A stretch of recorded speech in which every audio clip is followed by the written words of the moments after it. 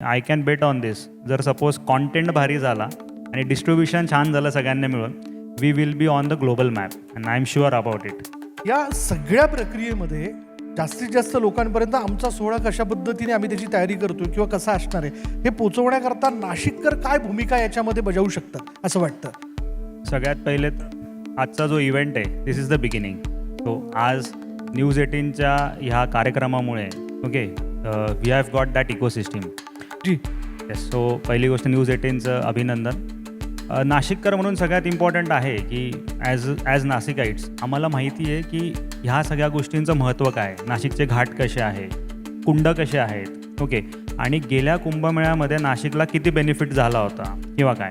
तर आमचं म्हणणं असं आहे की जे नॅशनल आणि इंटरनॅशनल मीडिया येणार तर त्या लोकांना त्यांच्या कॉर्डिनेशनमध्ये अलाईन होऊन एक्झॅक्टली याच्या मागचं जे स्पिरिच्युअलिटीच्या मागचं जे सायन्स असेल किंवा बऱ्याच लोकांना एक्साइटमेंट असते की शाही स्नान करायचं का करायचं. खूप लोक फक्त सेल्फी काढायला येतात, पण जर त्यांना आपण त्याचं महत्त्व देऊ शकलो, obviously T V plays important role, then radio is again very important. जर समजा कधी कुठे नेटवर्कचा प्रॉब्लेम झाला तर रेडिओची फ्रिक्वेन्सी अशी आहे की जी प्रत्येक ठिकाणी जाऊ शकते. तिथे ॲडव्हर्टिजमेंट्सच्या माध्यमातून होणार, पॉडकास्टच्या माध्यमातून होणार, digital marketing is there.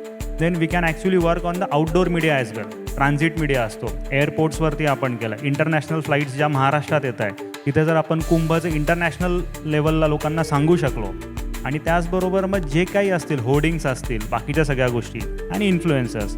Obviously नाशिकला येत्या काळामध्ये विश्व मराठी संमेलन होणार आहे, तर परत जागतिक स्तरावरनं लोक येणार आहे ह्या कार्यक्रमासाठी.